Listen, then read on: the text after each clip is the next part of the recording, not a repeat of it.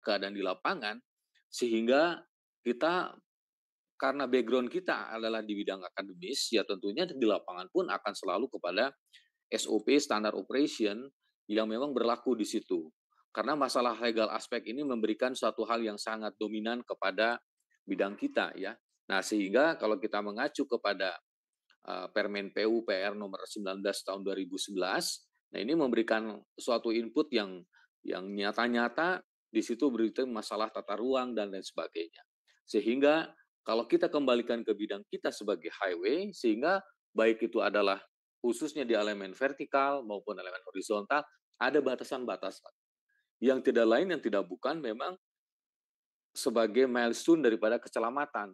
Karena sekali lagi bahwa sebetulnya main goal bagi seorang highway itu adalah keselamatan. Ya. Dan kita sudah jauh-jauh mengetahui, apalagi sudah menjadi amandemen dunia, bahwa kecelakaan lalu lintas itu the silent killer nomor 1 di dunia. Nah, ini barangkali yang memberikan pengetahuan ke kita. Sehingga dari jalur-jalur yang kita telah amati, memang di sini terlihat bahwa sebetulnya satu dengan panjang yang lebih daripada 2 kilometer dan sebagainya, tentunya harus ada belokan kejut. Nah, ini akan merubah tatanan keseluruhan. Nah, sehingga daripada koridor-koridor yang memang Anda sampaikan itu, silahkan dioptimalisasi ya, itu. Nah, jadi pertanyaannya, progresnya untuk grup 1 apa dulu kira-kira? Kalau perlu ditayangkan saja, karena kebetulan saya menggunakan HP.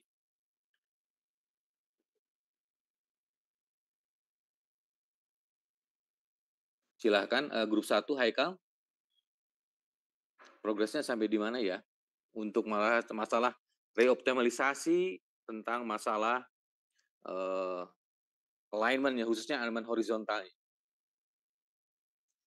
Halo, bisa dengar nggak?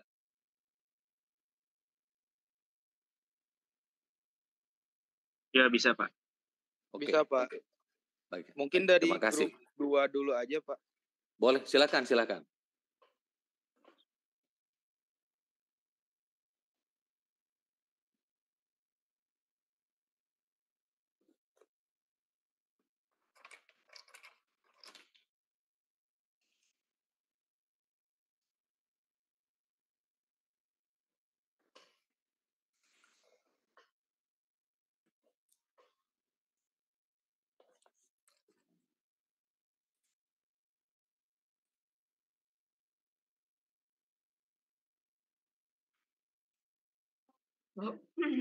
Oke, baik Pak. Ini mungkin untuk grup 2. Di sini kemarin kami melakukan realignment untuk trase kami yang tadinya lurus semua sepanjang 5 km. Berapa? 5 km itu ya? Ya, betul. 5 km ya? Oke. Terdapat 3 tikungan, tapi di sini karena untuk realignment yang tidak terlalu ekstrim dan juga kami menggunakan R yang besar yaitu 7.000 untuk setiap titik PI, jadi tidak terlihat seperti tikungan. Mungkin ini untuk tikungan titik PI kedua cukup terlihat seperti ada alignment horizontal, tapi untuk PI 1 dan PI 3 relatif lurus seperti itu. Betul. Dan untuk coba digambarkan, saya tidak terlihat nih, yang merahnya menjadi pakai yang hijau misalnya, warnanya, biar terlihat sama teman-teman. Untuk alignment-nya, kelihatan. Coba sedikit di zoom lagi deh. Ini ya. Yang pakai 7.000 itu. Iya betul Pak, semua. Jadi untuk 3 titik PI ini kami menggunakan 7.000 Pak. Tapi karena perubahan alignment yang kemarin yang kami lakukan tidak terlalu ekstrim, jadi tidak terlihat seperti alignment, jadi relatif lurus. Gitu. Oke. Bisa dinaikkan nggak? Oke. Bisa dinaikkan nggak 10.000? Pasti tidak terlihat kan? Iya. Wah, oke ya. Nah, tapi substansi daripada yang kita sampaikan di sini sebetulnya memang tidak berarti bahwa digunakan yang, karena sebetulnya di bawah 5.000 juga, atau katakan misalnya 3.000 ya, 1.500 itu tidak menggunakan super elevasi. Jadi badan jalannya tidak dimiringkan, hanya memang berubah alignment horizontalnya gitulah ya. Iya Pak, betul. Betul Pak.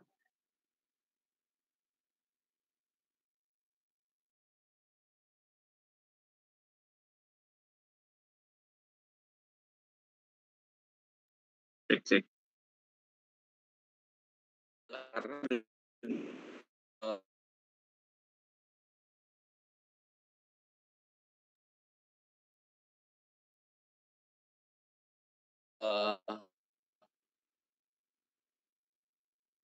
Cek. untuk jalan kabupaten merubah tatanan juga, artinya dia seolah-olah lulus padahal memiliki.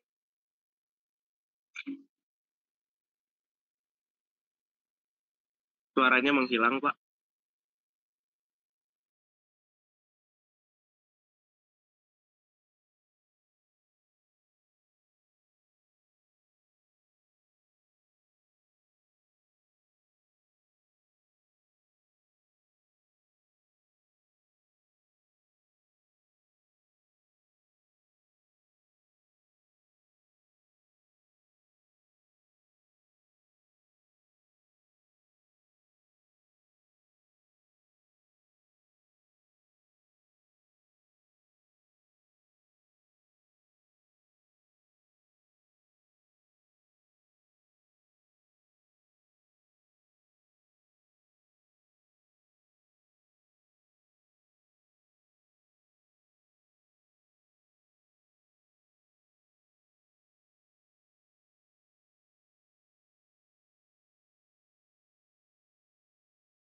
Halo?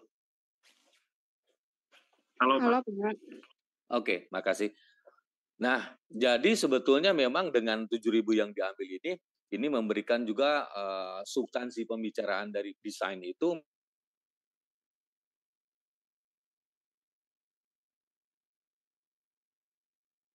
Halo, cek. Suara Bapaknya hilang lagi.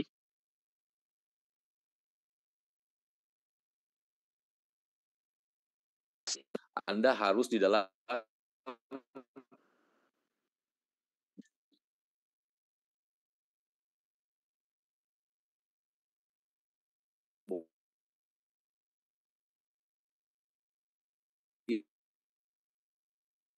ini di atas air ekstrim semua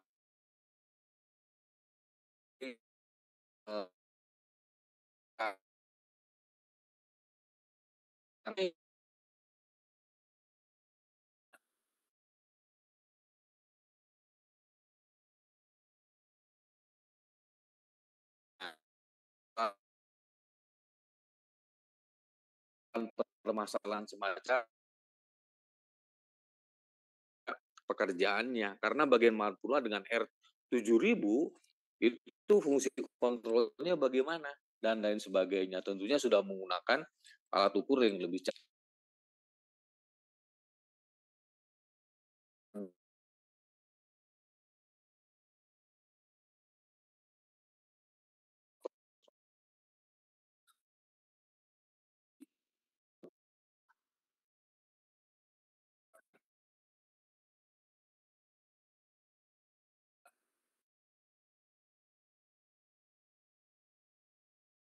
Nilai R atau dan seterusnya misalnya, karena dari sisi pelaksanaan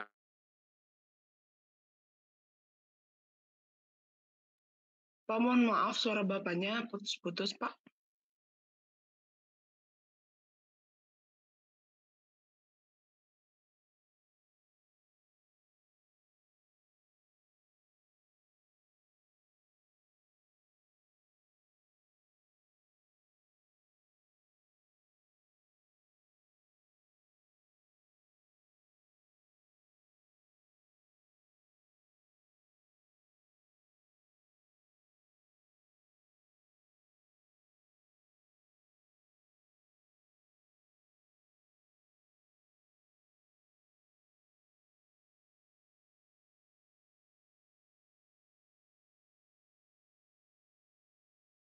maaf nih sinyalnya agak sedikit terganggu.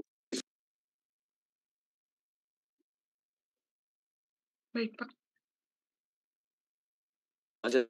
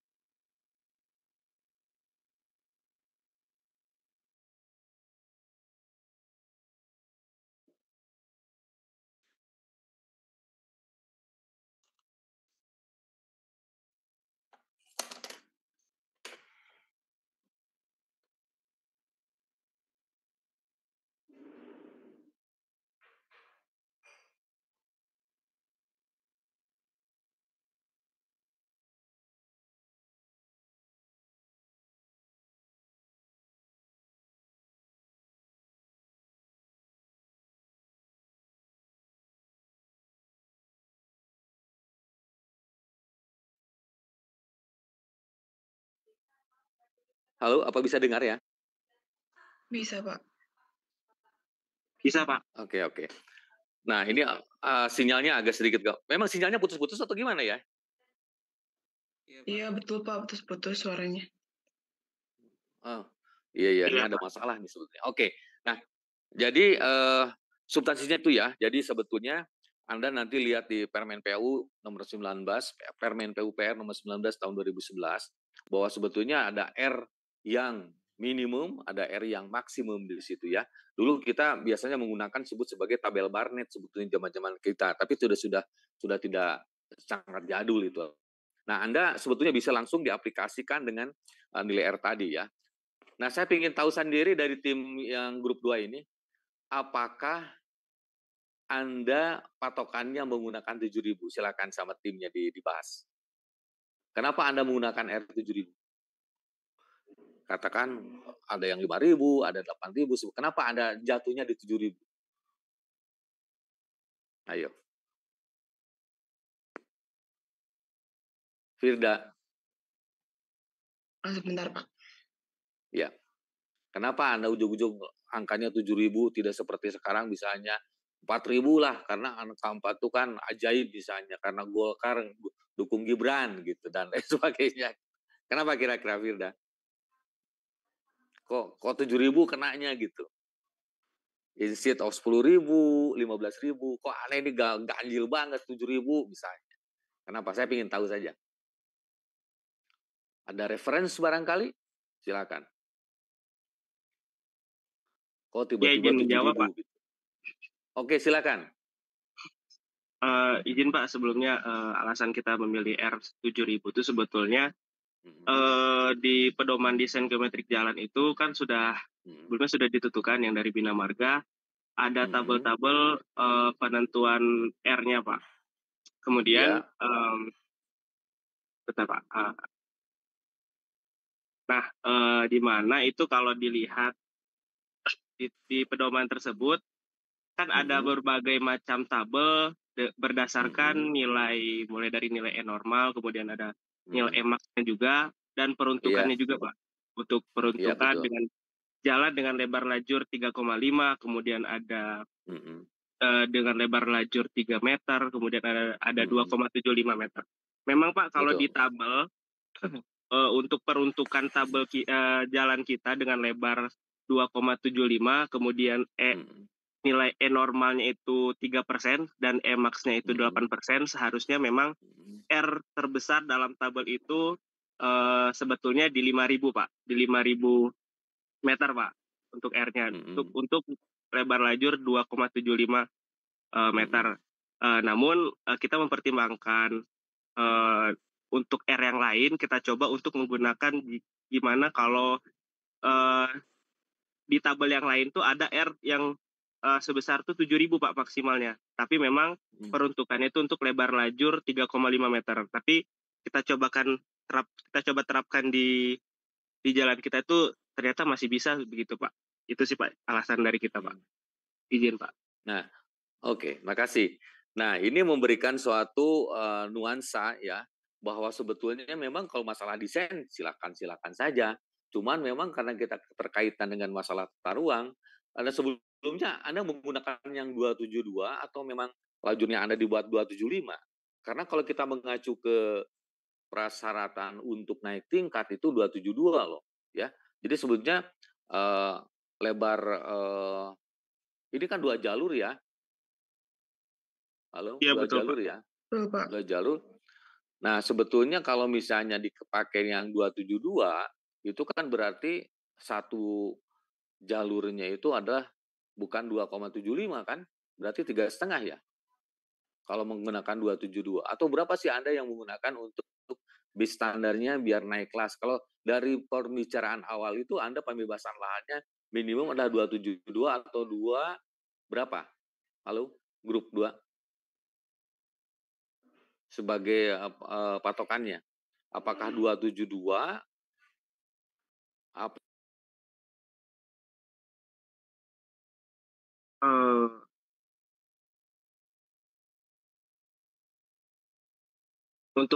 Untuk badan jalannya sendiri itu, Pak, kita memakai 5,5 meter Pak kalau tidak salah Pak.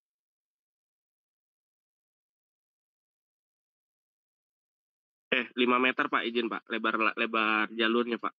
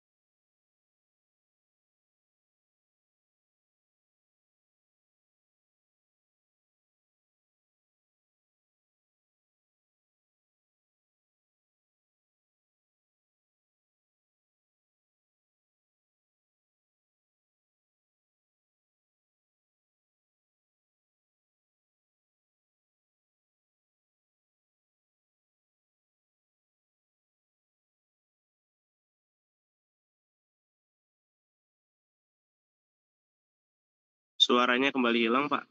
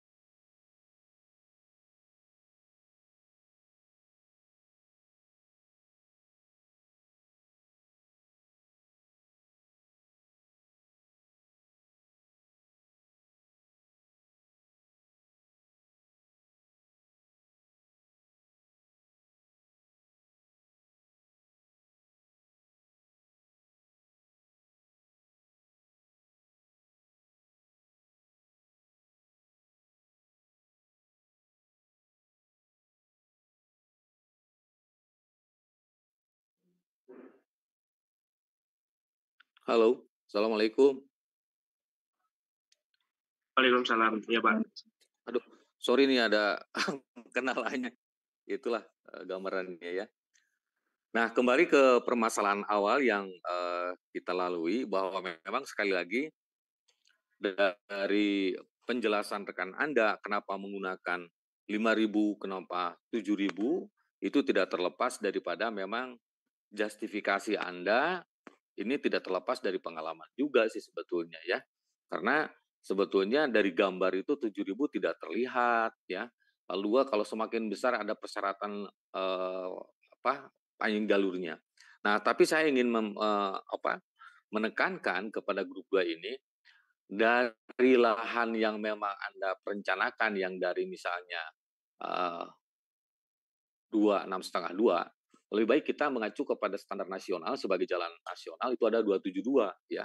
Jadi setiap lajurnya itu adalah 3,5 sebetulnya ya.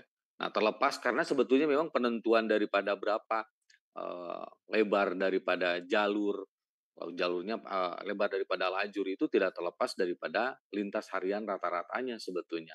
Nah, ini tetap mengacu kepada pemetaan tata ruangnya yang disebut sebagai RDTR-nya. Nah, ini akan memberikan suatu hal yang sangat positif bagi kita sehingga pelebaran tadi. Kenapa saya mengacu kepada jalan nasional tidak lepas dan tidak lain adalah karena jalan kabupaten ini, siapapun menjadi pemimpinnya, pemangku daerahnya ingin naik pangkat jalannya itu ya, dari jalan kabupaten menjadi jalan provinsi menjadi jalan nasional ya. Karena ini masalah maintenance-nya sebetulnya, intinya di situ sebetulnya. Nah, sehingga dianjurkan di dalam sekali pelebarannya itu atau mengokupansi daripada daerahnya itu tidak terlepas daripada ruang milik jalannya. Kenapa kita tidak bersiapkan misalnya dengan standar nasional 272, itu tidak lain adalah pelaksanaannya mungkin nanti adalah 161 misalnya ya, 1 meter bahu, 6 meter perkasan, 1 meter bahu. Tapi minimum koridor mulu mejanya sudah kita patok 272 itulah ya. Jadi ini salah satu teknis pelaksanaan di lapangan. Kenapa kita membebaskan lahannya adalah menuju yang utama dulu ya. Nah, lain bermasalahnya dengan jalan tol sebetulnya. Itu ada sedikit berbau bisnisnya lah ya. Nah, sekarang saya justru malah disuruh membantu kakak kelas Anda yang di TPJJ dalam due diligence. Jadi dunia itu adalah semacam audit lah ya. Bagaimana dia spesifikasinya, bagaimana turnover-nya, lalu berapa pemodalan pertama segala macam, atau kasarnya disebut sebagai OBC ya. OBC itu adalah outline business case. Artinya dengan berbagai macam variasi sehingga kita bisa mendapatkan keuntungan yang optimum. Itu sebetulnya ya. Nah, sekarang kalau koridor pembebasan lahannya sudah memang memenuhi persyaratan dari sisi perencanaan nasionalnya, itu akan memudahkan untuk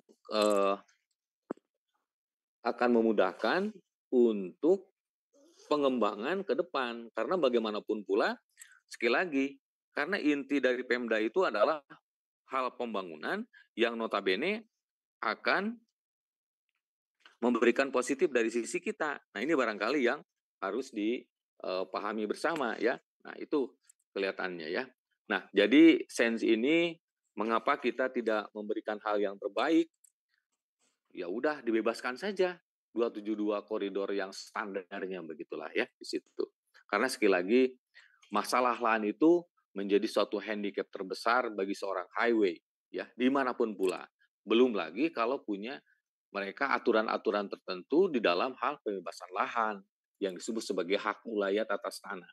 Misalnya pengalaman saya di sepanjang Sumatera itu dari mulai Lampung sampai kepada Banda Aceh itu mereka disebut sebagai hak layak tanah yang notabene penentuan kekuasaannya itu sama pemimpin-pemimpin yang informalnya. Contohnya di Sumatera Barat itu ada yang disebut sebagai datu besarnya dan sebagainya. Sehingga ini akan memberikan handicap yang jadi alot begitu negosiasinya ya. Karena datunya meninggal, sudah pembebasan lahan dan sebagainya, tiba-tiba anaknya tidak menyetujui ya dengan aturan bahwa dia sebetulnya lahan ini miliknya tidak segitu dan seterusnya sebetulnya.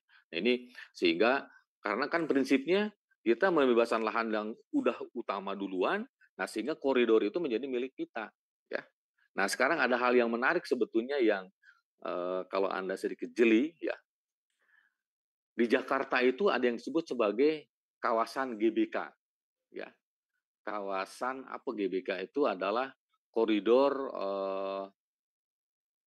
Senayan lah, koridor Senayan yang kawasan Bung Karno di situ ya, jadi kawasan Senayan. Nah, lucu-lucunya adalah hak konsesinya sudah diberikan sebetulnya. Sepengetahuan saya kebetulan juga saya SD mengetahui masalah itu, bukan SD maksudnya karena kebetulan agak terlibat di situ ya. Paman om saya bukan terlibat, maksudnya salah satu pemegang keputusannya, sehingga di situ muncul hak penggunaan lahan di daerah kawasan GBK ya, kawasan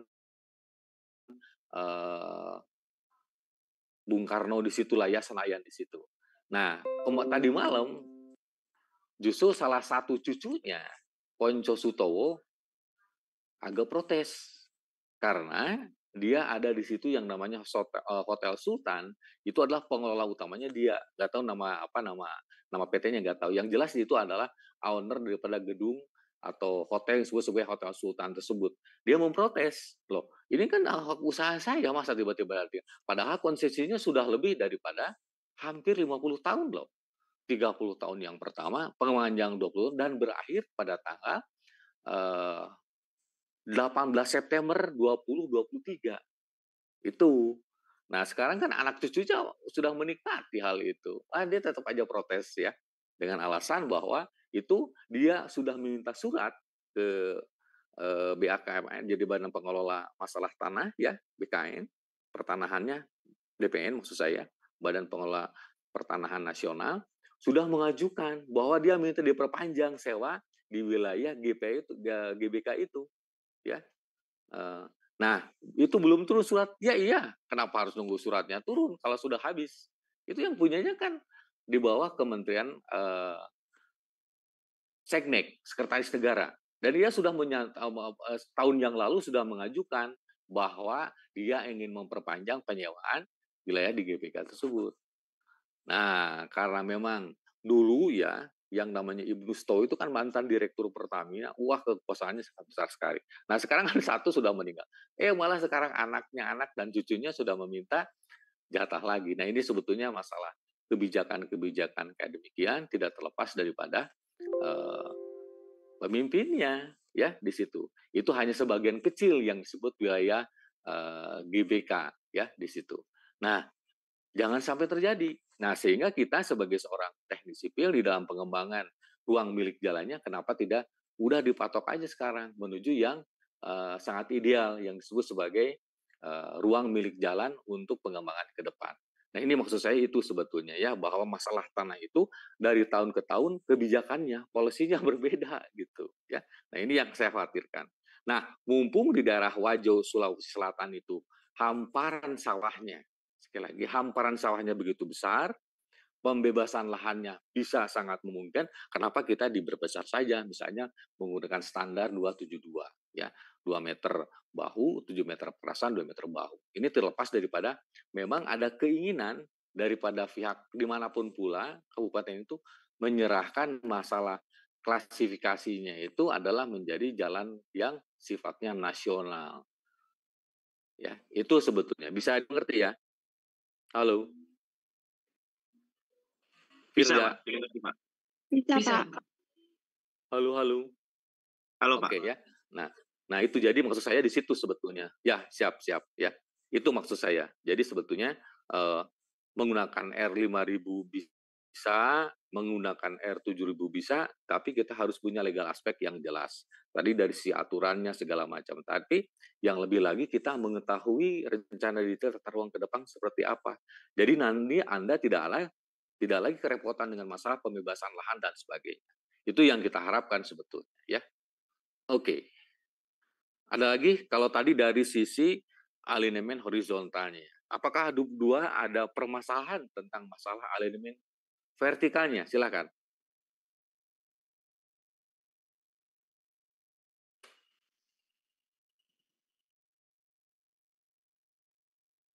Untuk izin Pak, untuk alinyemen Ya, vertikal vertikal sejauh ini gimana? tidak ada kendala Pak, karena memang lahan di sana tuh cukup bisa dikatakan landai semua Pak, begitu Pak.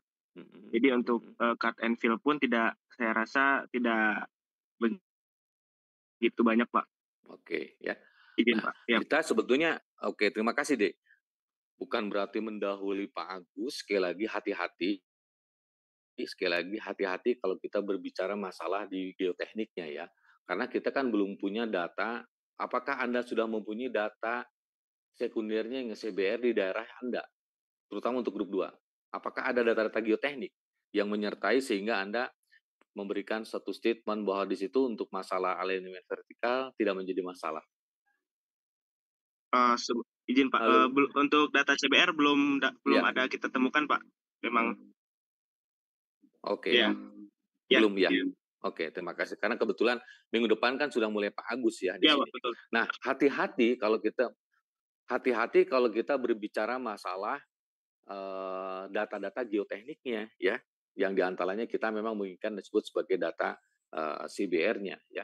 Karena bagaimanapun pula ini memberikan hal bahwa sebetulnya elemen vertikal itu akan sangat berbunyi apabila data geoteknik secara real itu ada ya. Nah, contohnya saja misalnya waktu saya ikutan desain yang jalan tol Purbalenyi ya. Nah, kebetulan saya gabung dengan konsultan yang namanya Sikon ya.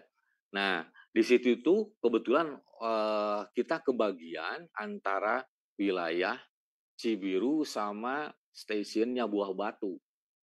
Di atas kertas ya, di atas kertas sebetulnya permasalahannya itu tidak menjadi masalah ya. Kebetulan kita disokong oleh suatu konsultan yang khusus di dalam bidang geoteknik yaitu PT Soilen, dia jagonya pada waktu itu dalam bidang CBR, baik dari kemampuan labnya, kedua juga orang-orangnya, dan terakhir adalah personal di lapangan. Nah, kebetulan kita kebagian supervisi sama redesign untuk wilayah Buah Batu sampai dengan Cibiru, ternyata di blok Buah Batu itu masalahnya agak sedikit pelik ya. Karena dari historical site-nya teman-teman geologi itu adalah endapan Bandung tua ya. Jadi wilayah yang terdasar dari Bandung tua dikeliling Bandung ini. Nah, sehingga itu bukan sebagai tanah ekspansif ya. Tapi ini memberikan kesan ke kita bahwa daerah tersebut menjadi permasalahan geoteknis. Dulu belum mengenal yang namanya geotextile, ya, belum mengenal yang namanya spoon pile dan lain sebagainya. Sehingga muncullah sebagai urugan menggunakan batu kapur yang didatangkan dari Padalarang, ya, karena di sana banyak sekali. Nah, ini pun memberikan suatu kesan bahwa sebetulnya memang cerita Bandung Danau Tua itu memberikan suatu hal yang sangat positif. Artinya, ini tanda-tanda secara geoteknik bahwa sebetulnya memang Bandung ini adalah wilayah danau yang begitu besarnya karena ditemukannya batuan kapur di daerah Padalarang. Di situ, ya. Nah, ini memberikan suatu peringatan kepada kita, terutama kalau berhadapan dengan masalah sawah. Jadi saya belum banyak bicara dulu tentang masalah geoteknik karena kebetulan minggu depan akan dibahas dengan Pak Agus Suyono ya di situ. Nah, jadi sekali lagi apabila seandainya demikian, coba difikirkan spot-spot mana yang memang ini memberikan indikasi yang rada-rada aneh ya. Contohnya di Cigania. Itu kan ada beberapa blok yang rata-rata lebarnya itu kurang lebih sekitar 100-200 meter, kategorinya adalah tanah ekspansif. Nah, ini memberikan suatu kesan ke kita, kenapa tidak dibangun aja di situ sebagai elevated, ya, tol elevated-nya. Dan memang didesain elevated. Hanya kebijakannya, dulu itu presidennya adalah Ibu Megawati, ingin segera mengejar, karena ingin memperlihatkan kepada tamu-tamu konferensi Asia Afrika bahwa kita pun bisa sanggup membangun jalan tol. Pada waktu itu sebetulnya bukan hanya itu saja sebetulnya. Jadi memang ada sedikit masalah polisinya bahwa udah dicaplah kontraktor-kontraktor itu agak nakal gitulah. Tapi dibuktikan dengan sana dengan munculnya Jalan Purbalenyi itu memberikan kesan bahwa kita sebetulnya capable, eligible mengerjakan proyek-proyek besar karena pada waktu itu musim-musimnya pembangunan di Saudi Arabia ya di daerah yang berpasir sepanjang itu kebanyakan konsultan-konsultannya itu dan kontraktor-kontraktornya itu dari wilayah Korea Selatan, Cina, Filipina. Jadi kita tuh tidak diajak begitu, tidak diajak. Jadi kita ingin membuktikan sebetulnya ya itu. Nah, sekali lagi saya tidak akan banyak bicara kalau kita berbicara masalah geoteknik karena ranahnya tidak di sana. Dari pengalaman saya, hati-hati dengan geoteknik. Dan kebetulan saya juga pernah terlibat dari Perhubungan Uni, lalu juga dengan Ciganea. Ini kan karakteristiknya udah menggunakan yang disebut sebagai new teknologi dari sisi geoteknik. Itu sebetulnya yang menjadi harapan bagi kita ya. Oke, nah jadi saya tidak banyak bicara kalau berbicara tentang masalah di bidang hamparan luas, elevasinya nol, bahkan sampai lurus, tapi di daerah sawah. Itu hati-hati ya. Bisa dimengerti ya? Dimengerti, Pak. Bisa, Pak. Oke ya. Nah itu jadi hati-hati ya. Jadi gunakan teknologi yang paling update saja, nggak jadi masalah. Anda tidak perlu memikirkan masalah budgetnya dulu, tapi minimum adalah approval dari sisi proposal Anda yang disebut sebagai perencanaan biaya ya gitu. Dan ini biayanya pasti akan besar di situ. Oke, tadi dari sisi alignment horizontalnya udah, vertikalnya sudah. Nah, yang terakhir adalah saya ingin bicara di grup ini tentang masalah apakah Anda bersinggungan dengan jalan lokal atau dengan jalan kabupaten atau dengan jalan nasional sehingga harus perancangan dari sisi simpang sebidangnya. Silakan.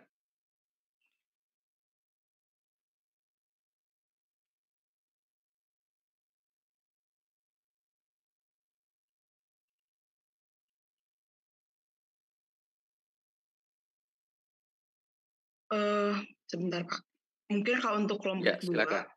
jadi di sini tuh kami menyinggung satu ruas jalan Oke. yang besar gitu. Kabupaten atau jalan koneksi jalan atau kelas jalan 2, akses? sebenarnya ada Kelas 3, 2. ya, tapi karena yang lainnya sepertinya cuma kecil gitu jalannya, jadi kami abaikan yang itu. Oke. Ada 2 ya, bersinggungan dengan jalan lokal atau jalan kelas 2 ya. Itu kategorinya sebutnya tetap sebagai jalan lokal ya, karena kelas 2 di situ. Lalu diperhatikan berapa sebetulnya existing yang terjadi di sana. Kalau koridor kitanya 272, karena kita sudah statement ke depan bahwa kita ingin menjadi naik pangkat dari jalan kabupaten menjadi jalan provinsi. Dan persyaratannya itu koridor rumijanya harus 272. Masalah rumija ruasjanya sebetulnya tergantung pada polisi daripada pemangku daerahnya ini adalah Pak Provinsinya atau Pak Bupatinya atau Ibu Bupatinya ya di situ. Nah, harus diperhatikan sekali lagi bahwa apabila suatu jalan bersinggungan atau bersimpangan dengan klasifikasi jalan dan fungsi yang berlainan, itu ada aturan-aturan di dalam tata ruang, ada aturan-aturan dalam geometric design, sehingga persinggungan tersebut tidak akan mengurangi aksesibilitas antara jalan lokal atau jalan tersiernya menuju kepada bangunan kita, artinya jalan yang kita desain. Sehingga dari situ bisa menentukan apakah ini memang harusnya tidak sebidang atau sebidang, tidak terlepas daripada data-data survei kendaraan yang memang di existing-nya. Nah, pertanyaannya ini Pak, kan kampungnya belum ada sekarang. Bandung saja kan dulu sebetulnya kota Bandung bukan di alun-alun yang sekarang. Kota Bandung itu sebagai Dayakolot sebetulnya dulunya, ya. Nun jauh di sana kurang lebih sekitar 10 kilo dari titik sekarang. Itu sebetulnya Dayakolot itu kota tua Bandung sebetulnya, ya. Dan memang ini disirikan dengan pola kehidupan yang di sebelah air, ya. Sungai Citarum di situ, maka di situ muncul yang namanya kota Dayakolot. Dari sejarahnya pun udah ketahuan Dayakolot adalah kota tua. Itu ya, sama seperti Jakarta, Batavia. Itu kota tuanya itu daerah Beos, Jakarta Kota. Itu di kota ya itu. Pusatnya itu di situ sebenarnya, bukan di Gambir. Karena memang Jakarta itu banyak bukan susah, memang tidak ada yang disebut alun-alunnya ya. Tapi untuk kelas-kelas kabupaten seperti di kita, bahwa sebetulnya sekali lagi bagaimana jumlah lintas harian rata-rata segala macam, itu berdasarkan kota atau ibu kota kecamatan yang terdekat dari pusat aktivitas dari persimpangan yang kita. Itu sebetulnya. Jadi menentukan apakah itu persimpangan sebidang atau tidak sebidang, tidak terlepas pengembangannya. Artinya, Anda tetap akan membaca yang disebut sebagai desain tata ruangnya seperti apa 5 tahun ke depan. Sehingga dari sini Anda memprediksi daripada satu adalah jumlah kendaraannya berdasarkan data existing yang ada, dan ketiga menentukan apakah di situ menggunakan underpass atau overpass. Karena tetap walaupun Pak ini kan cuma jalan kabupaten itu sekarang dengan koridor yang Anda siapkan, ruang milik jalannya itu akan naik pangkat sebetulnya kondisi daripada jalan itu. Itu maksud saya. Jadi kita tidak boleh ngedesain suatu jalan itu tung-tung nanti biasa aja lah. Kita tetap aja menggunakan ini jalannya jalan kabupaten di baheula ya. Enggak dong. Daerah itu pasti akan merasa bahwa sebetulnya ini bisa naik pangkat gitu, dari tadinya adalah jalannya jalan kabupaten, sekarang pingin jalan provinsi. Itu maksudnya. Oke. Nah, dari koridor di sini diperlihatkan ke saya bahwa sebetulnya simpang di sini tidak terlepas daripada perencanaan ke depan. Apakah misalnya satu, ini karena bentuknya pun tidak 90 derajat, karena memang salah satu simpang yang sangat manis atau sangat bagus itu memang harusnya 90 derajat. Nah, ini membentuk daripada sudut, ini agak sedikit sulit ya. Nah, kebetulan ini lahannya lahan yang memang sebetulnya kita akan bisa atur sebetulnya. Nah, saya ingin tanya, ini rencana daripada simpangnya seperti apa dulu? Silakan, grup 2. Jadi rencana simpangnya di sini simpang sebidang tanpa simpang bersebidang tidak bersinyal gitu Pak. Simpang sebidang tanpa bersinyal. Jadi pengaturan bahwa dia untuk masuk tidaknya menggunakan apa? Di sini kami menggunakan perambuan. Untuk markanya marka melintang. Oke. Untuk marka melintang dan juga ini Pak rambu stop. Jadi di sini tuh full stop ya? Ya. Okay. Nah jadi ya dan juga peringatan kelas jalan di sini. Jadi nanti untuk jalan trase yang kami buat kan itu berarti jadi jalan minor. Nah untuk mendahulukan jalan existing gitu Pak. Oke, ya. Nah tapi sebetulnya kalau saya melihat dari perencanaan desain Anda, ini oke lah menggunakan hexagon stop ya, jadi harus full stop, berapapun namanya dia harus berhenti, begitulah ya. Nah, maaf sekali lagi, bahwa memang kebiasaan, sekali lagi, kebiasaan masyarakat kita di pedesaan, satu, apa itu ada menggunakan traffic light atau perambuan, karena sebetulnya memang mereka akan sangat tidak mengerti masalah itu. Nah, sehingga sekarang ditambahkan misalnya pakai flashing light misalnya ya, atau menggunakan warna kuning yang terus-menerus. Itu kan kita sih bisa menggunakan sebagai solar cell misalnya ya, energi sinar matahari dan lain sebagainya. Jadi itu dari sisi efisiensinya. Kedua, dari sisi geometriknya tidak boleh langsung Anda membuat suatu sodetan ke jalan utama kita ya, karena kebetulan kelasnya berbeda, fungsinya berbeda. Jadi harus ada phasing out-nya dulu. Jadi ada faktor percepatan sebelumnya memasuki dengan lajur yang memang akan dia kendaki. Itu sebetulnya, sehingga ada tidak boleh langsung dia cut begitu saja masuk ke perencanaan desain kita ya. Apakah itu sudah desain, Dek? Nah, ini Pak untuk peringatan penurunan kecepatan sebelum simpang. Jadi kami juga melakukan merencanakan rambu larangan kecepatan lebih dari 30 km, 50 meter sebelum 50, simpang.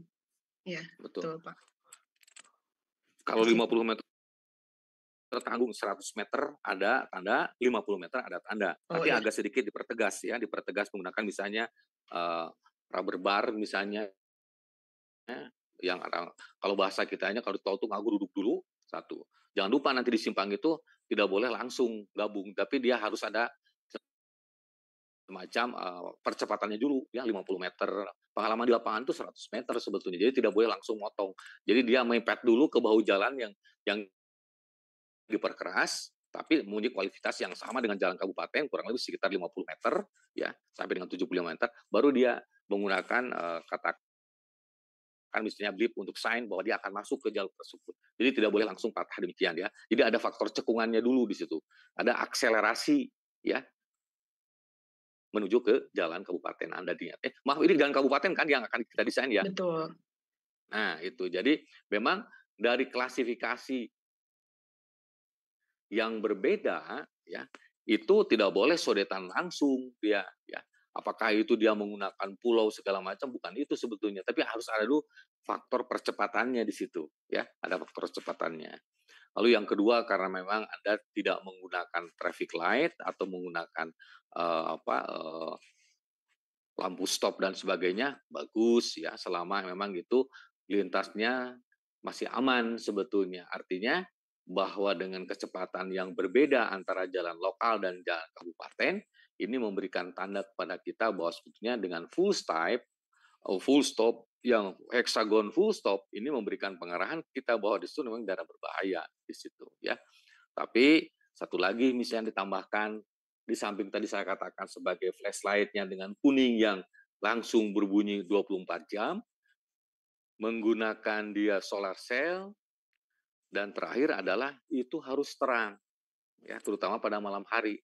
Jadi tambahkan dengan lampu dan seterusnya gitulah karena simpang di sini ya. Plus satu lagi itu adalah penanda arah bahwa di sini misalnya Kampung Cibeo, Kampung Wanayasa itu harus ada di situ. Baik dari arah yang ke arah Wajo maupun yang ke selatannya ya di simpang tersebut. Baik bagi pengguna jalan kabupaten maupun jalan lokal. Jadi dia tidak tidak menentukan bahwa dia harusnya lurus padahal belok kiri misalnya ya dari suatu pertemuan itu. Nah itu tidak boleh. Jadi harus ada dulu rambu-rambu arah. Kiri misalnya ke Bandung, kanan ke Jakarta dan sebagainya. Nah ini akan menentukan karena sebelum full stop sebetulnya jadi gunanya full stop antara lain adalah menentukan keputusan apakah dia harus lurus, apakah dia harus belok kiri atau belok kanan. Nah dengan bantuan rambu pengarah tersebut, destinasi bisa kita tentukan. Jadi tidak boleh mendadak. Nah, kecelakaan yang terjadi itu memang bukan banyak, walaupun kita ketahui bahwa terjadi itu dikarenakan satu adalah untuk ya dari kemarin saya lihat di baik TV One maupun yang Kompas Jawa Barat maupun Jawa Tengah itu sampai truk menyeruduk segala macam alasannya kok sederhana banget begitu ya ngantuk nyupir gitu kan jadi tidak masuk akal nggak rasional begitulah ya udah yang dia bawa kendaraannya berat ya bayangan tangki full dengan solar tiba-tiba menyeruduk 5 warung kopi gitu lah untung tidak ada orangnya gitu lah yang pertanyaannya adalah pas ditanya si supirnya tengah aja saya agak ngantuk Pak loh kok agak ngantuk nyupir gitu nah, pertanyaan-pertanyaan semacam ini jadi memang di daerah Simpang itu titik kulminasi yang sangat berbahaya ya karena bersatunya dua keputusan apakah dia belok kiri dan belok kanan nah, sehingga dengan full jeda stop heksagon itu sangat tepat ya sangat tepat. Oke, terima kasih Pak, ya. Ada lagi yang mau maaf diskusi? saya Oke, izin siap. dulu untuk fiksasi. Iya. Jadi tadi tuh saran Bapak untuk simpang kelompok 2 ini tuh ditambah yang traffic light yang oranye itu, Pak. Jalur percepatan. Betul, satu itu tambahannya satu adalah dari jalur masuknya itu harus percepatan dulu ya. Harus ada jalur percepatan di situ 50 sampai 70 meter baik belok kiri maupun belok kanan. Tidak lain tidak bukan adalah untuk mengantisipasi ya. Kenapa harus kiri kanan?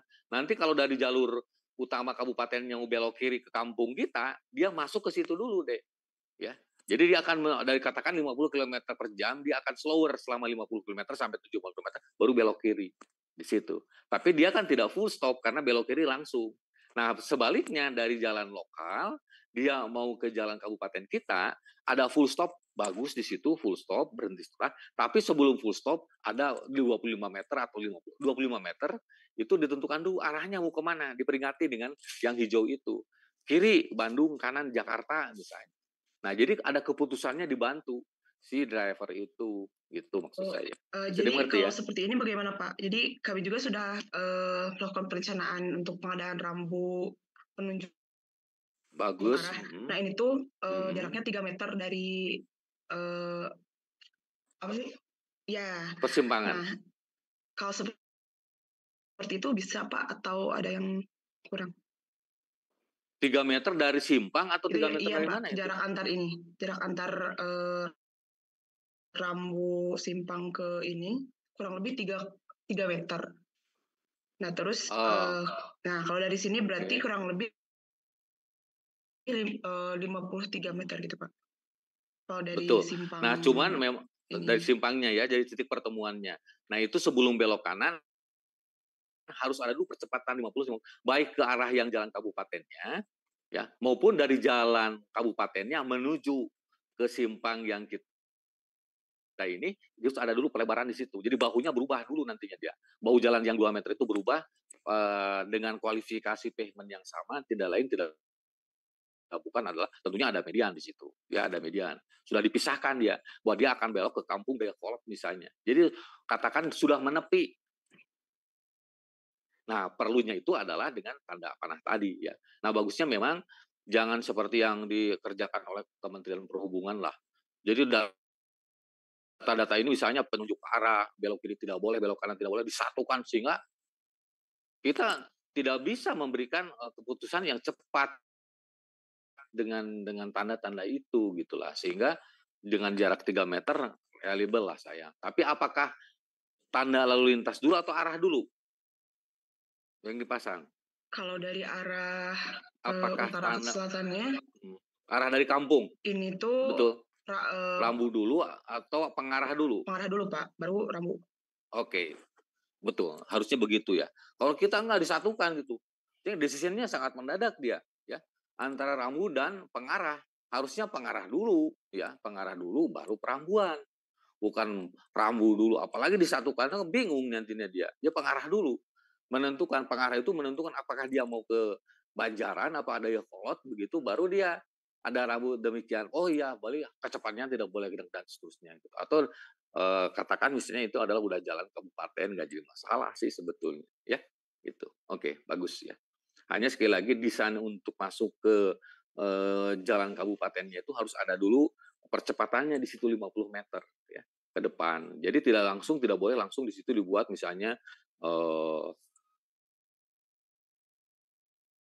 tanda-tanda lain lalu lintas misalnya untuk chevronnya segala macam itu setelah 50 meter dia mengikuti kecepatannya dulu gitu. Maksudnya itu. Ini bagus ini nah, perumahan. Perumahannya kena itu ya.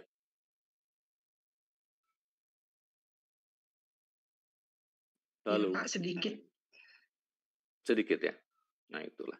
Nanti kayaknya kalau Rumijanya udah oke itu. Nah, ada jalur percepatannya ya, yang sebelah kanan atas itu kelihatan. Jadi pengarah dulu, baru diikuti oleh perambuan. Oke, sip.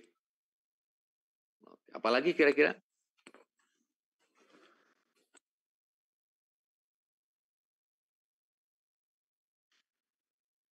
Oh Silakan. ya mungkin satu lagi Pak. Kan Ya. kemarin dari catatan Bapak tuh, jadi kita tuh jangan langsung menimpa jalan mayor ke minor. Nah jadi Ya. apakah untuk apakah untuk apa sih pertemuan dengan jalan seperti ini Pak? Apakah itu bisa diabaikan? Tetap Jadi kami nggak ngedesain simpang di sini enggak. gitu. Lahannya dipersiapkan ya. Tapi ngedesain kan itu bagian daripada Anda karena ada tim teamwork di situ. Jadi sebelum Anda menuju ke persimpangannya itu, terutama di jalan kabupatennya sudah ada di situ. Jadi pelebarannya dulu sebesar 2,75 atau 3,5 bisa dari 3,5 itu dibagi perlanjutnya berapa dia ya. Itu ada jadi bahunya berubah dulu menjadi perkerasannya dengan kualitas yang sama sepanjang 50 meter. Tidak lain tidak bukan adalah untuk facing out-nya. Jadi menuju ke jalur utamanya. Itu maksudnya ya. Bisa dimengerti ya? Ya baik Pak. Untuk akselerasi sebetulnya dari menuju akselerasi dari jalan lokal ke jalan mayornya di situ. Jadi sebelum katakan misalnya dari utara ke arah selatan ya, dari utaranya itu menuju ke arah selatan, dia itu mau belok ke kiri, ke kanan kalau dari gambaran saya misalnya. itu tidak boleh langsung kena karena akan menghambat daripada lajur yang dari utamanya gitu, dari ke kiri dan ke kanannya. Jadi harus ada dulu jalur percepatannya itu. Tapi di jalur utamanya kabupaten itu tadi ya ada pengarah satu, kedua perambuannya harus baik, minimum perambuannya ada slow speednya di situ, kecepatan harus dikurangi karena persimpangan. Rambunya sudah beres segala macam, diterangi dengan lampu-lampu di situ, lampu-lampu harus full di situ. Ya artinya menggunakan LED. Apakah itu misalnya lampunya adalah menggunakan yang putih atau yang kuning, itu silahkan saja. Tapi minimum perambuan dan pengarahan itu memberikan bahwa di situ ada persimpangan. Ya, itu sebetulnya. Nanti ke depan mungkin menggunakan traffic light atau bahkan ke depan yang seperti yang kita alami sekarang di Kota Bandung, itu ada misalnya flyover Cileunyi, flyover Kopo dan lain sebagainya, itu adalah next ke depan. Nah, sekarang bukan kita mengharapkan ada perubahan, ini berarti ada perubahan tata ruangnya seperti yang terjadi di Kopo. Itu memang sebetulnya dari dulu Kopo dan sebagainya itu adalah jalan yang paling ramai dibandingkan dengan jalan yang namanya Buah Batu. Buah Batu itu paling takut kita ya ke perapatan Soekarno Buah Batu itu. Itu jadinya kan ketika saya zaman-zaman SD itu kalau melewati jalan Batu Nunggal itu udah sepinya minta ampun. Bemo itu dari Batu Nunggal sampai ke Kebun Kelapa lewat Buah Batu. Sepanjang Buah Batu itu adalah sepi sawah seperti yang Anda hadapi sekarang ini. Nah, siapa tahu sekarang ke depan seperti Buah Batu sekarang ramainya minta ampun, bahkan ada aturan kalau pagi sampai jam 6 sampai jam 8 itu 8.30 kalau tidak salah. Itu one way dari arah Batu Nunggal menuju ke pusat kota. Bisa aja terjadi. Nah, ini jadi kita jangan sampai uh, apa uh, melakukan hal yang sama dengan tipikal yang sama gitulah ya. Itu. Maksudnya itu sebetulnya. Ya. Jadi sekali lagi harus diperhatikan satu jalur percepatannya, kedua masalah rambu dan seterusnya. Jadi jangan menganggap itu adalah sepi udahlah nggak usah pakai dulu traffic light. Tapi bertahap memang jadinya pun bertahap. Ya saya mengalami yang namanya Buah Batu Simpang Batu Soekarno Hatta itu sepinya minta ampun. Wah mengerikan itu dari situ. Nggak ada apa-apa di situ tuh. Ya bemo aja jam 4 tuh nggak ada penumpangnya, makanya adanya cuma sampai asar saja. Jam 4 itu udah sepi. Jadi kalau nunggu bemo tuh bisa 2-3 jam baru datang bemo menuju ke Kebun Kelapa gitu. Itu dulu itu zaman saya SD. Jadi sangat mengerikan. Nah, ini tidak terlepas seperti yang Anda alami sekarang. Wah, cukuplah ini gini gitu. Jalannya udah cukup hanya 161, tapi harus berani gitulah ya. Nah, apalagi sekarang kita sebagai seorang akademis tahu ke depannya seperti apa sih di daerah Wajo ini. Gitu. Itu maksud saya. Bisa dimengerti ya? Baik Pak, dimengerti. Baik Pak, mengerti Pak. Oke. Sebentar.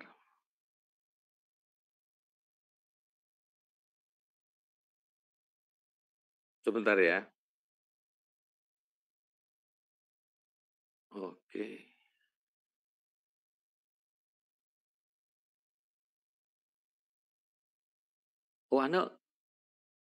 Oh, RPL tidak ada UTS? Udah ya? Halo? Sudah Pak. Sudah ya. UTS sudah sekarang Pak. yang Sudah apa? sudah ya. Oke. TPJJ berarti sekarang ya. Sebentar ya.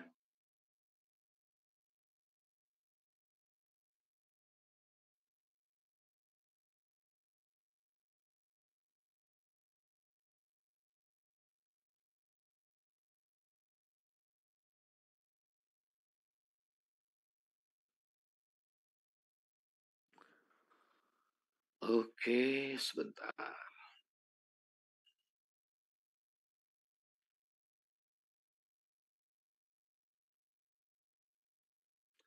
Nah, tadi ada itu, jadi sekali lagi Anda sangat-sangat bukan beruntung ya, sangat bagus sekali karena Anda sudah ada yang disebut sebagai tata ruang misalnya dan sebagainya ya.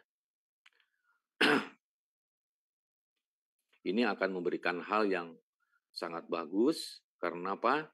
Karena bagaimanapun pula ini memberikan suatu nilai yang sangat baik ya kepada keseluruhan bahwa sebetulnya dengan mengetahui tata ruang itu tidak sedikit pun bagi teknik sipil itu bukan merupakan suatu kerugian. Tapi dikatakan wajib, salah juga saya ya. Tapi sekarang sebetulnya dengan aturan tata ruang itu menjadikan suatu kewajiban. Base-nya itu adalah itu deh, ya. Itu base-nya itu. Nah, mungkin hari Rabu kalau tidak salah, saya akan merepresentasikan tentang masalah due diligence. Jadi uji kepatutan suatu konsultan itu layak atau tidak dilihat daripada OBC-nya ya. Sebagai outline business case-nya seperti apa.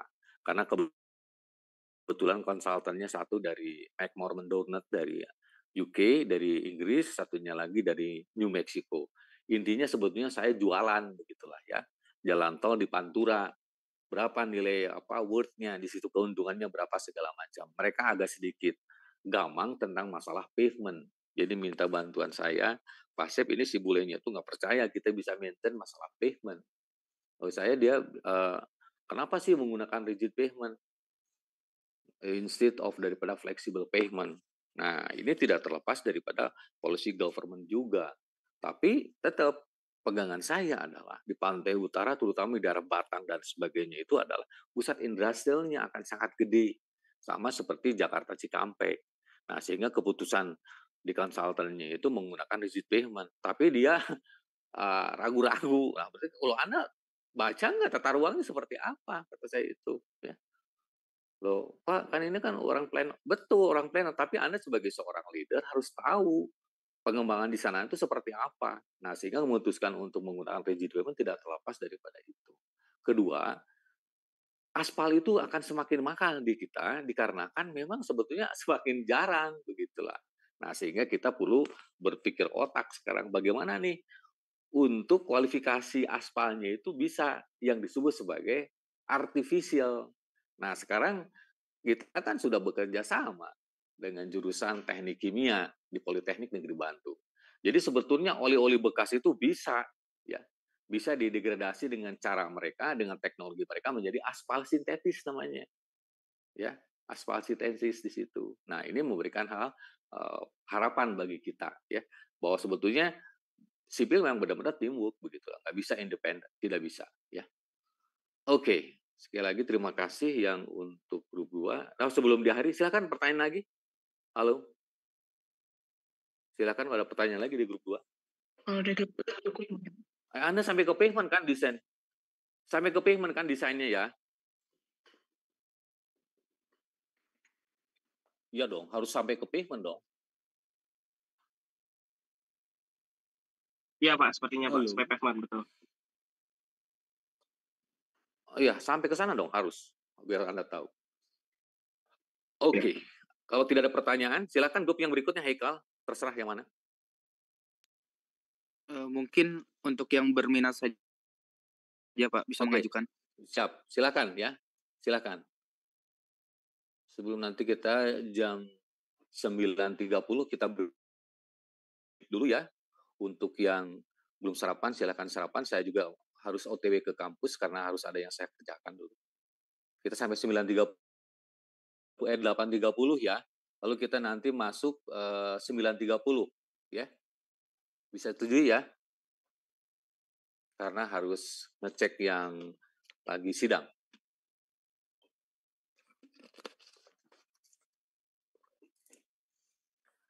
Silakan kalau yang mau merepresentasikannya, biar yakin di dalam pekerjaannya.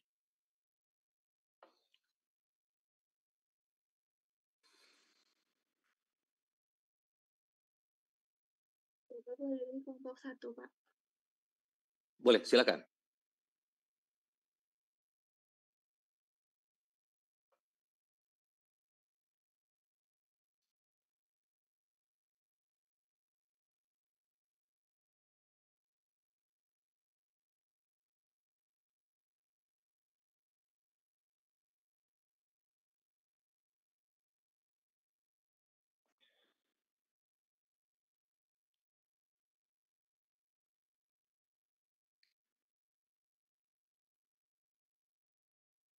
Agak di zoom Hana ya. Ya. Sebelum apa presentasinya dari gambar soalnya civil 3D-nya habis lisensinya Pak, jadi nggak bisa dibuka. Oke, nggak apa-apa, silakan. Boleh untuk Raihan. izin menjelaskan Pak, untuk kelompok 1 itu kan trase pertamanya itu adalah yang berwarna biru. Tapi dikarenakan yang bisa di zoom nggak, Han? Oh ya. Han, di zoom lagi. Oke, biar kelihatan. Jelas, Pak? Jelas. Ya, ini Pak. Trase pertama dari kelompok 1 itu yang berwarna biru ya Pak, awalnya. Awalnya biru. Namun karena berdasarkan studi kemarin yang dengan Bapak itu dalam 5 kilo itu kan akan alangkah lebih baiknya jika tidak hanya lurus saja. Ya, karena itu jadi untuk dari kelompok 1 ini memilih berdiskusi, dan hasil diskusinya itu adalah membuat trase seperti yang warna merah ini, atau trase barunya seperti yang warna merah. Di mana untuk trase berwarna merah ini juga tetap sama seperti yang trase sebelumnya berwarna biru, di mana ada satu simpang yaitu di SDA paling awal, di mana itu adalah pertemuan simpang 3, lalu di yang hijau di bawah ini adalah titik pertemuan dengan jalan existing yang kedua. Dan sekarang di sini tambahannya itu adalah ada dukungan, di mana tikungannya itu setelah simpang yang kedua dan sebelum titik STA akhir. Jaraknya berapa deh antara simpang pertama simpang kedua? Untuk jarak antar simpang pertama dan simpang kedua itu di STA berapa ya? 1.500 meter atau di 1,5 kilo, Pak. 1,5 kilo ya. Oke, persyaratan. R-nya yang Anda gunakan berapa? Untuk belokan kejutnya? Untuk R yang digunakan di sini rencananya di R, Pak. Ya, berapa R-nya? Apa 5.000, 7.000 seperti grup 2 tadi, atau 10.000? Rencananya sih di sini di 3.000, Pak.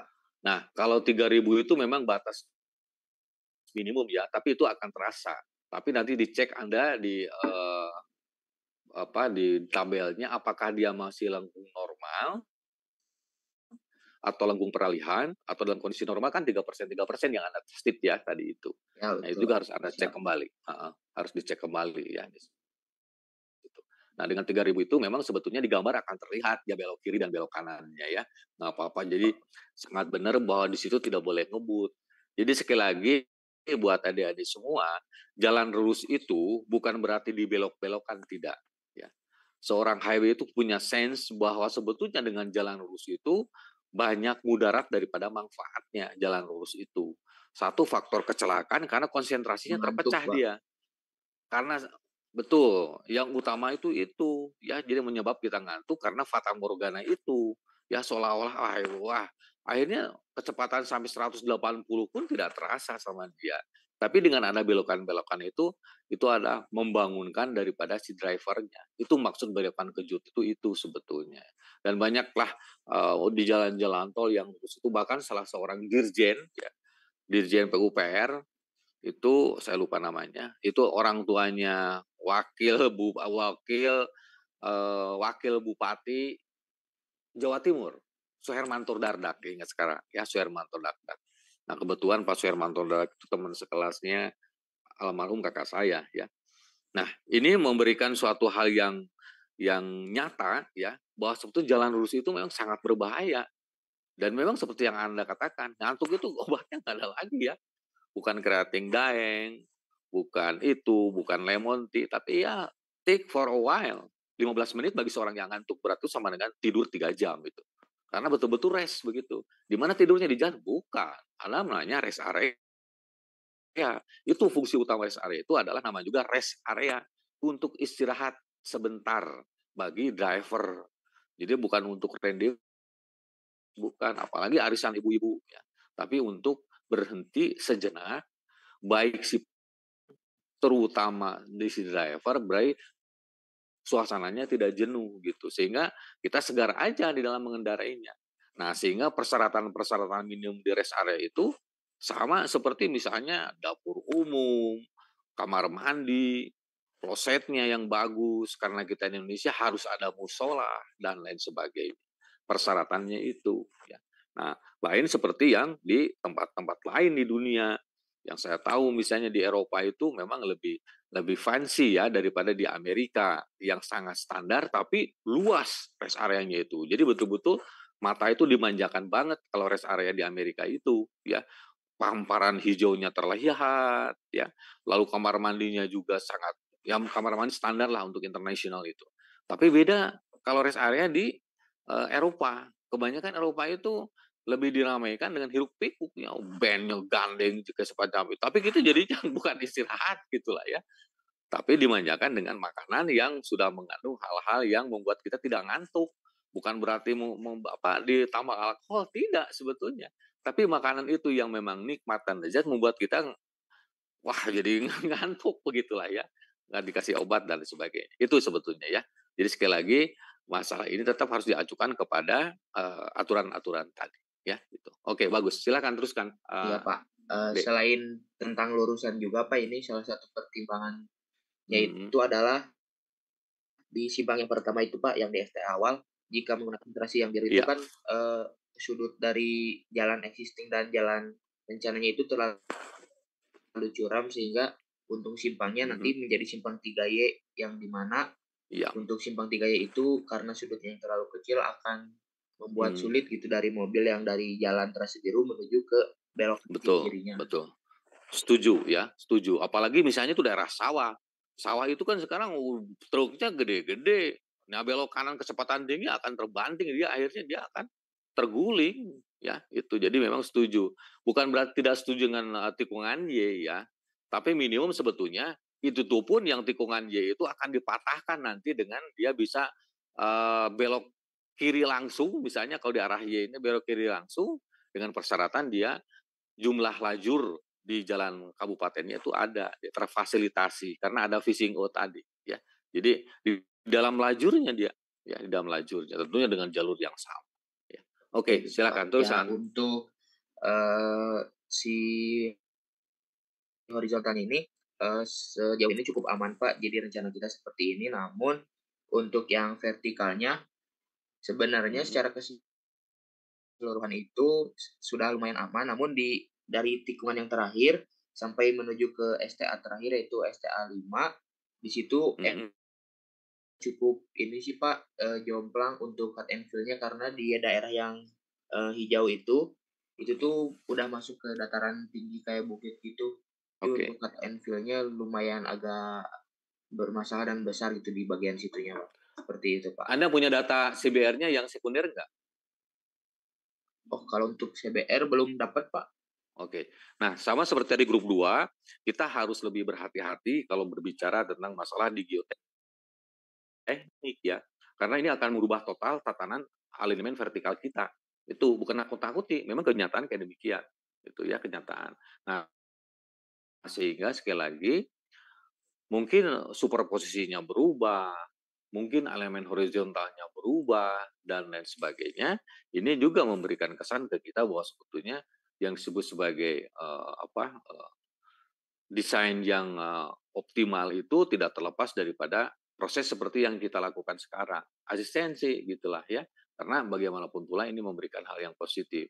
Jadi jangan sampailah terjadi proyek MRT 2 itu, kalau menurut saya sebagai seorang highway, maaf ya, embarrassing ya, jadi memalukan begitu. Wah, tidak diundang sih orang jalannya di situ atau orang geologinya atau orang lainnya. Ternyata kan yang menyebabkan tersendatnya MRT 2 antara Gambir sampai ke pusat kota tua Jakarta itu tidak terlepas adalah ditemukannya artefak kanan menuju ke kota tua. Artefak itu adalah sisa-sisa peninggalan mungkin ratusan tahun ya Batavia lama. Itu kan lebih hebat daripada MRT nilainya. Itu sebetulnya. Kok mereka tidak diskusi sih orang-orang MRT itu dengan orang-orang geologi di situ ya. Dan saya sih hanya bermodal ada bukan sebaya, mungkin kakak kelas saudara atau mungkin seangkatan saudara, kebetulan KP-nya itu ada di MRT 2 antara Gambir dengan ke balai kota tua Jakarta. Ternyata saya menginginkan sebetulnya, wah ini bagus nih ada bukan teknologi baru sebetulnya, karena kebetulan ketua jurusan kita pertama itu ahli dalam bidang TBM, tunnel bong mesin. Saya ingin tahu mengoperasikannya tuh seperti apa untuk proyek ini, ya apakah sabdak langsung dijebol gitu tanahnya karena memang batuan lumpur segala macam, atau sistemnya menggunakan backcasting segala macam. Nah ternyata jangankan untuk mengerjakan TBM-nya, untuk mengindikasi bahwa disebut adalah bebas segala macam, artinya dari utilitas ya sudah bebas. Ternyata ada satu hal yang kelupaan, bahwa dia itu adalah memang kota tua di sana itu. Jadi banyak artefak-artefak atau terakota yang sebetulnya peninggalan kota tua lama Jakarta. Itu pasti harus realignment dia. Harus dirubah. Karena akan digali, saya yakinnya digali. Itu kan sisa-sisa peradabannya kita sebagai kota Batavia lama. Masa dibiarkan ada MRT-nya, apa hebatnya? Justru malah kota tuanya dipertahankan. Itu sama seperti waktu saya zaman-zaman ke Roma, ke Paris, itu kan peninggalan tua dulu, begitulah ya. Ke Belgia, sama juga kayak begitu, gitulah. Jadi artefak terakota lama itu menjadikan suatu kekayaannya Pemda. Yakin Pemda juga minta di realignment, nggak bisa enggak, gitu ya. Itu jadi sekali lagi kalau kita berbicara geoteknik harus hati-hati. Kedua, tetap konsisten dengan desain, artinya kita memenuhi persyaratan, artinya harus melambung di realignment kembali, ya itu. Baik, ini karena waktunya sudah 8.30, saya siap-siap mau ke kampus. Nanti kita gabung lagi jam 9:30 ya. Anda nanti digabung lagi dengan grup 1 ini ya. Karena saya harus ke kampus. Siap ya? Oke. Sampai ketemu di kampus ya saya. Dan Zoom-nya ya. Oke. Saya pamit dulu ya. Ya, Pak. Oh, sorry, itu dulu, harus difoto dulu. Dibuka fotonya dulu, biar tahan.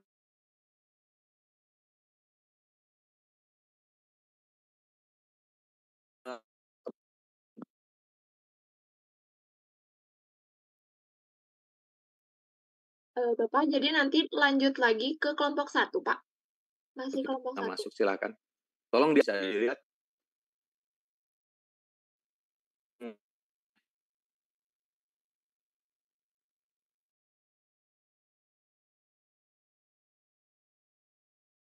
Sekitar 27.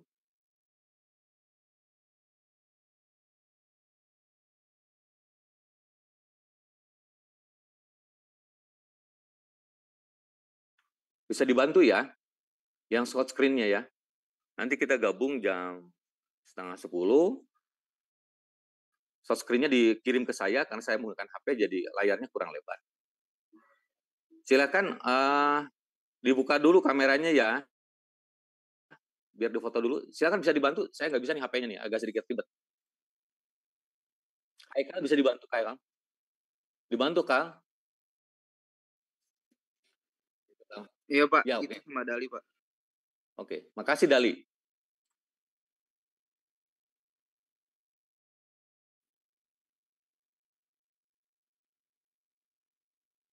Mohon dibuka dulu kameranya buat saya laporan ke administrator, ke adminnya kampus.